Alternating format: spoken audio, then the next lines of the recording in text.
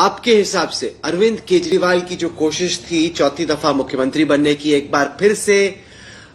दिल्ली में जीत दर्ज करने की, क्या वजह रही आपके हिसाब से कि अरविंद केजरीवाल की आम आदमी पार्टी, जिसने इतने साल तक दिल्ली में बीजेपी को पछाड़ के रखा था, इस दफा वो क्यों धराशायी हो गई? मुझे ऐसा लगता है कि एक तो 10 साल का एंटी इनकम्बेंसी रहा, दूसरी बात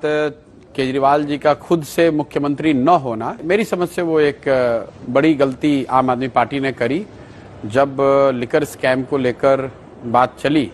उस समय जब केजरीवाल जी को अरेस्ट किया गया, तो मुझे लगता है कि उस समय केजरीवाल जी को इस्तीफा दे देना चाहिए था। और अगर उन्होंने उस समय इस्तीफा नहीं दिया तो फिर जेल से बाहर निकलने के बाद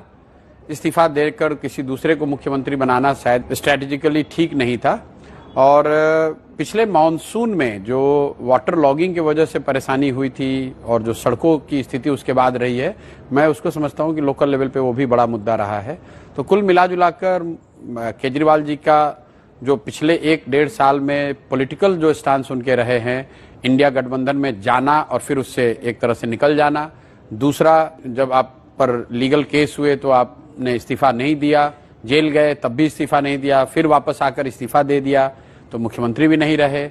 तीसरी जो गवर्नेंस को लेकर जो ढिलाई, जो एक तरह से उनकी कोर कंस्टिट्यूएंसी गरीबों की थी, झुग्गी झोपड़ियों की थी, उनको पिछले मॉनसून में जो तकलीफ हुई वाटर लॉगिंग की वजह से और खराब सड़कों की वजह से, उससे कहीं ना कहीं गवर्नेंस मॉडल को भी धक्का लगा। कुल मिलाजुलाकर इन 3-4 बातों का प्रभाव रहा होगा, जिसकी वजह से उनके,